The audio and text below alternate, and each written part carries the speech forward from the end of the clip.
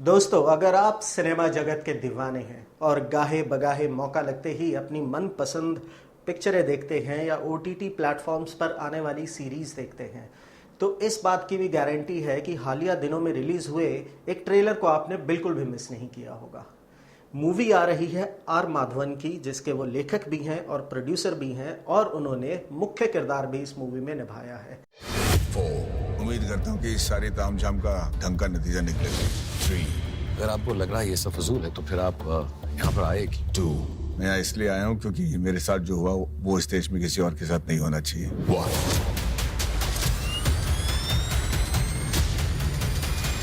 प्रधानमंत्री नरेंद्र मोदी ने भी इसके ऊपर एक ट्वीट किया था, इसके बारे में जानकारी दी थी कि आर माधवन इससे पहले उनसे मिले थे।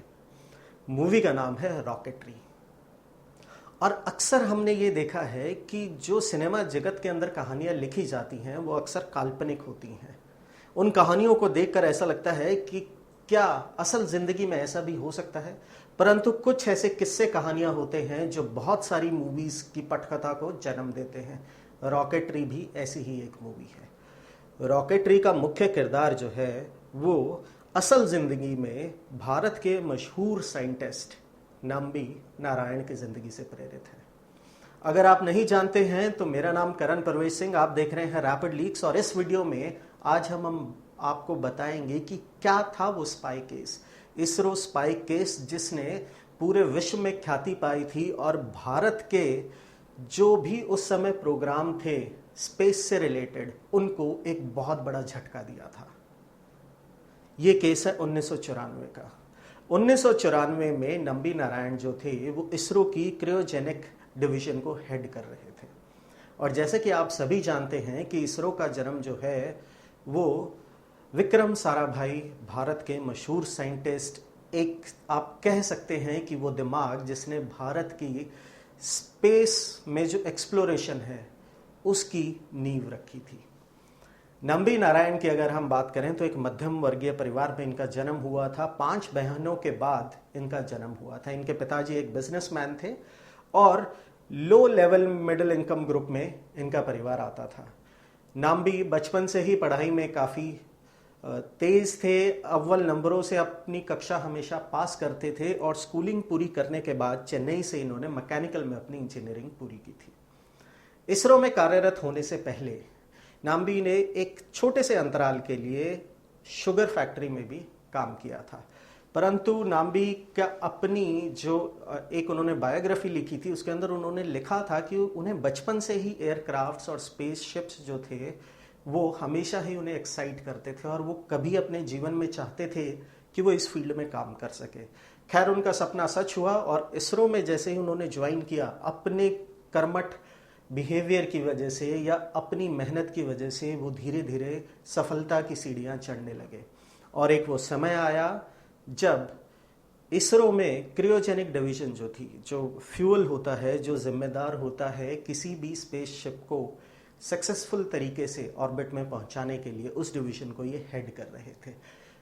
1994 तक आते आते भारत जो है वो पीएसएलवी के अंदर तो सफलता प्राप्त कर चुका था, लेकिन जीएसएलवी जो होता है, जो जियो सिंक्रोनस सैटेलाइट लॉन्च व्हीकल होता है, उसमें भारत को कामयाबी नहीं मिली थी। इसरो की शुरुआती दौर में स्थापना इसलिए की गई थी कि भारत अपने पेलोड्स को यूएसए जैसी कंट्रीज के रॉकेट के मदद से ऑर्बिट में छोड़ सके। परंतु जैसे जैसे देश में विकास हो रहा था और जैसे जैसे देश में नए साइंटिफिक टेम्पर के लोग आ रहे थे, जैसे कि साराभाई, भारत के भूतपूर्व और 11वें राष्ट्रपति श्री एपीजे अब्दुल कलाम, इन लोगों की मेहनत रंग ला रही थी और भारत इस फील्ड में अपने पैरों पर खड़ा होता दिखाई दे रहा था। उन्हीं में से एक की मेंबर थे मिस्टर नारायण। अब 1994 में भारत का पहले एक समझौता हुआ था रशिया के साथ, जिसमें यह डिसाइड किया गया था कि क्रायोजेनिक टेक्नोलॉजी के लिए रशिया भारत की मदद करेगा। परंतु यूएसए के द्वारा दबाव बनाए जाने की वजह से, और यूएसएसआर का भी विघटन हो चुका था 1992 में, तो उसकी वजह से जो इंटरनेशनल प्रेशर रशिया के ऊपर पड़ रहा था, उसकी वजह से रशिया ने वो डील हमारे साथ कैंसिल कर दी थी। परंतु फिर भी ये डिसाइड किया गया था कि रशिया मदद भारत की करेगा। और क्रायोजेनिक डिवीजन को उस समय जो हेड कर रहे थे मिस्टर नाम्बी, वो एक काफ़ी ख्याति प्राप्त नाम था। उनका ये कहना है, उनकी बायोग्राफी में भी उन्होंने ये लिखा है कि ये जो झूठा स्पाई केस या देशद्रोह का मुकदमा या जासूसी के आरोप जो उन पर लगे थे, इसके पीछे यूएसए की एजेंसी CIA का बहुत बड़ा हाथ था। क्या था पूरा किस्सा? 1994 में एक महीना पहले, नाम्बी के अरेस्ट होने से एक महीना पहले केरल की पुलिस ने, क्योंकि उस समय केरल में रहते थे नाम्बी, केरल पुलिस ने एक मालदीव्स की महिला को गिरफ्तार किया था। महिला का नाम मरियम रशीदा था और उन्हें इन चार्जेस पर गिरफ्तार किया गया था कि वो अपना वीज़ा एक्सपायर होने के बाद भी भारत में रह रही थी। परंतु इस पूरे किस्से को, इस पूरे केस को हवा में इस तरीके से बुना गया कि एक महीने के अंदर अंदर भारत के मशहूर साइंटिस्ट, नाम्बी का नाम इसके अंदर आ गया। पुलिस द्वारा जो आरोप लगाए गए उसके अंदर यह आरोप लगाया गया कि मरियम रशीदा के अलावा उनकी एक और दोस्त थी। ये दोनों दोस्त जो थी ये पाकिस्तान के लिए जासूसी कर रही थी और भारत इसरो के कुछ साइंटिस्ट उन्हें क्रायोजेनिक टेक्नोलॉजी की ड्राइंग्स दे रहे थे जो वो पाकिस्तान में देने वाली थी। नाम्बी के ऊपर और उनके बाकी साथियों के ऊपर भी आरोप लगा और ये कहा गया कि ये हनी ट्रैप में आए हैं। तो कहीं ना कहीं से सेक्स स्कैंडल भी इसमें इन्वॉल्व कर दिया गया और सबसे बड़ा चार्ज, देशद्रोह का चार्ज जो है इनके ऊपर लगाया गया। 400 मिलियन पाउंड्स का इक्विपमेंट स्कॉटलैंड से उठा लाए मुफ्त में। हमारे साइंटिस्ट को फ्रांस भेजकर उन्हीं का इंजन उनसे ही बेहतर बना दिया। रशिया में क्रायोजेनिक इंजन अमेरिकन के नाक के नीचे से निकाल लाए। पागल होने की ताकत आपसे बेहतर और कौन समझ सकता है। नाम्बी नारायण को गिरफ्तार किया गया। वो लगभग 50 दिन जेल में रहे। जेल में जो यातनाएं उन्हें झेलनी पड़ी, उन्होंने अपनी ऑटोबायोग्राफी में लिखा था कि उन्हें पीटा जाता था, 30-30 घंटे तक उन्हें खड़ा रखा जाता था, जिसमें उनसे अलग अलग बेसिर पैर के, जिनका कोई वजूद ना हो, ऐसे सवाल पूछे जाते थे और उन्हें जुर्म कबूल करने के लिए मजबूर किया जाता था। उनका यह भी कहना था कि कई बार उनके ऊपर लाई डिटेक्टर टेस्ट भी किए गए और हम सब जानते हैं कि लाई डिटेक्टर टेस्ट जो है वो कोर्ट में मान्य नहीं होता है। खैर, नाम्बी जो है वो अपनी स्टांस पर अड़े रहे और उनका ये कहना था कि उन्होंने कोई भी ऐसा कार्य नहीं किया है या कोई भी ऐसी जानकारी साझा नहीं की है किसी के साथ जो पब्लिक डोमेन में ना आती हो, यानी जो क्रूशल हो या जिसके मद्देनजर उनके ऊपर ऐसे गहरे और संगीन आरोप लगाए जा सके। केस जो है वो IB के पास भी गया, लेकिन 96 तक CBI ने इस केस को अपने पास ले लिया था और CBI ने अपनी जानकारी में ये बताया कि ऐसा कुछ भी नहीं है जिससे ये आरोप जो हैं वो साबित होते हैं। 94 में गिरफ्तार हुए, 2 साल के अंदर CBI ने उन्हें क्लीन चिट भी दे दी और 1998 में कोर्ट ने भी उन्हें क्लीन चिट दे दी थी कि ऐसा कोई भी जो कार्य है या आप जो आरोप नाम्बी के ऊपर और उनके साथियों के ऊपर लगाए गए हैं, इनका कोई वजूद नहीं है। ये किसी भी पुख्ता इंफॉर्मेशन, जानकारी या सबूत के मद्देनजर जो है ये सारे के सारे आरोप जो हैं वो खारिज किए जाते हैं। परंतु क्या इम्पैक्ट पड़ा इन आरोपों का? इन आरोपों का 2 इम्पैक्ट पड़ा। एक तो नाम्बी की निजी जीवन पर और दूसरा भारत के स्पेस प्रोग्राम पर। जैसा कि मैंने बताया है कि वो क्रायोजेनिक डिवीजन को हेड कर रहे थे और उनका जो पिछला काम था इसरो के अंदर वो अपने आप में मिसाल रखता था। क्योंकि मेरे सामने जो देख रहा हूं उसे देखकर मेरा खून खोल रहा है। Nambi Narayanan, project director of cryogenic, project director of second stage, project director of fourth stage, associate project director PSLV। सबको लगता है कि लिक्विड इंजन मेरी वजह से फेल हुआ है, लेकिन सच तो यह है कि मैं आपकी वजह से फेल हुआ। अगर नाम्बी को उस समय ऐसे आरोपों में नहीं फंसाया होता तो भारत जो है उस टेक्नोलॉजी को काफ़ी पहले अचीव कर चुका होता और शायद आज की पिक्चर कुछ और ही होती। दूसरा था नाम्बी के निजी जीवन पर जो प्रभाव पड़ा। उनकी बीवी जो थी वो एक धार्मिक औरत थी, परंतु उन्होंने ये देखा कि हर कोई उनकी लोकेलिटी में उन्हें गद्दार और जासूस की बीवी के नाम से बुलाने लगा था। इनफैक्ट जब वो मंदिर में जाती थी तो उन्हें प्रसाद देने से मना कर देते थे वहाँ के पुजारी।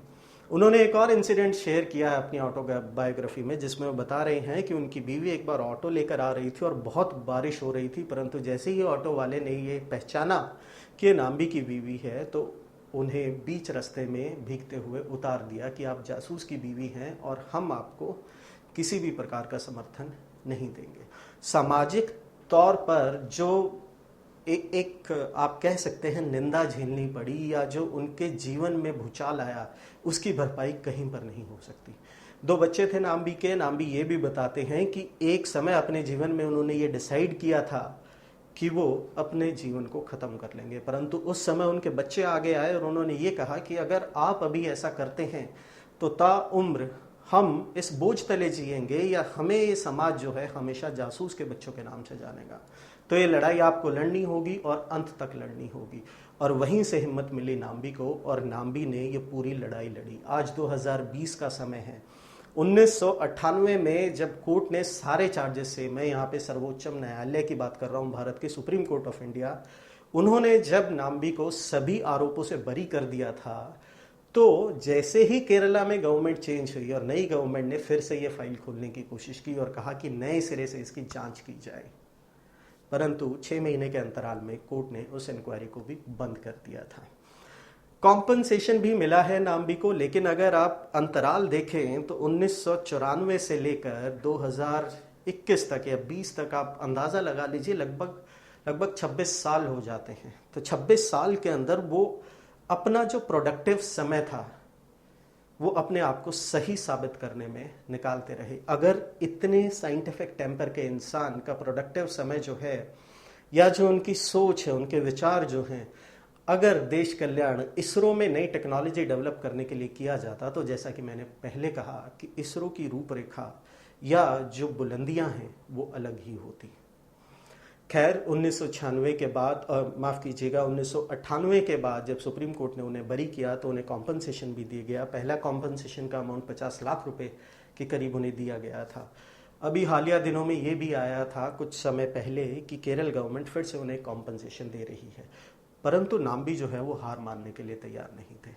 नाम्बी का ये कहना था कि अमेरिकन एजेंसी ने, CIA ने भारतीय पुलिस या केरल पुलिस के साथ मिलकर उन्हें फंसाने का प्रयास किया था और ये कोशिश की गई थी कि भारत स्पेस टेक्नोलॉजी में अपने पैरों पर ना खड़ा हो पाए।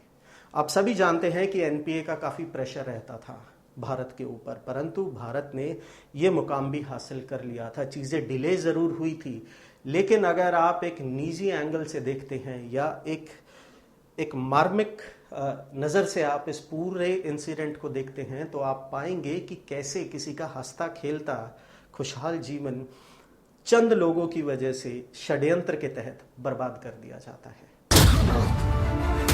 किसी कुत्ते को मारना हो तो अफवाह फैला दो कि वो पागल है। ठीक उसी तरह किसी इंसान को बर्बाद करना हो तो ये ऐलान कर दो कि वो देशद्रोही है। नाम्बी ने एक नया केस भी लड़ा है। नाम्बी ने इस केस में ये अपील की है कि उन लोगों को सजा दी जाए जिन्होंने जानबूझकर उन्हें इस केस में फंसाया था। ये मूवी जो है ये पूरे इन इंसिडेंट को, उनके युवा जीवन के, उनके प्रोफेशनल जीवन के और उसके बाद जो उनके जीवन में एक तूफान आया उसको दर्शाती है। आप ट्रेलर में भी देखेंगे कि आर माधवन जो कि नाम्बी का रोल प्ले कर रहे हैं, उन्हें पीटा भी जाता है पुलिस कस्टडी में, उन्हें सोशली या सामाजिक तौर पर बहिष्कार का भी सामना करना पड़ता है। तरह तरीके के तंज और ताने उन्हें और उनके परिवार को सुनने पड़ते हैं। ये पूरी मूवी जो है ये उनके जीवन को दर्शाती है, उनके द्वारा की गई लड़ाई को दर्शाती है। वो सिस्टम के खिलाफ जो लड़ाई उन्होंने लड़ी, अपने आप को सही साबित करने की, अपने आप को देशभक्त साबित करने की, अपने ऊपर से देशद्रोही और जासूस जैसे आरोप हटाने के लिए लड़ाई उन्होंने लड़ी। इस मूवी का प्रोडक्शन, जैसा कि मैंने पहले बताया, आर माधवन कर रहे हैं। कहानी की पटकथा भी उन्होंने ही लिखी है। ये मूवी जो है ये 4 लैंग्वेजेस में रिलीज की जा रही है, वो है इंग्लिश, हिंदू, तमिल एंड तेलुगु। उम्मीद करते हैं कि ये मूवी जो है नाम्बी के जीवन से थोड़ा न्याय कर पाएगी और जो असल जीवन में उनके साथ बीता उसको बेहतर तरीके से पहले पर्दे पर दिखा पाएगी। जैसे ये रिलीज होती है मैं तो ज़रूर टिकटें खरीद के भारत के इस रत्न की इस मूवी को देखने वाला हूँ। आपकी राय क्या है? क्या नाम्बी के साथ सही हुआ? क्या ऐसा आम है कि भारत में न्यायालयों के या एक बेकसूर व्यक्ति इंसाफ पाने के लिए ताउम्र लड़ता रहता है? और क्या कोई फाइनेंशियल कॉम्पनसेशन या किसी प्रकार की वित्तीय सहायता या जुर्माना अगर किसी सरकार या एजेंसी पर लगता है तो क्या उस इंसान के उस बीते हुए दिनों को, सालों को ये पैसा वापस ला सकता है? जो मानसिक वेदना या यातना उस इंसान को झेलनी पड़ती है या उसके परिवार को झेलनी पड़ती है, क्या उसे पैसों के बदले तोला जा सकता है? आपकी क्या राय है आप कमेंट सेक्शन में हमें ज़रूर बताइएगा। अगर आप हमें यूट्यूब पर देख रहे हैं तो प्लीज़ सब्सक्राइब कीजिए और अगर फेसबुक पर देख रहे हैं तो हमारे पेज को फॉलो करना ना भूलिएगा। जय हिंद।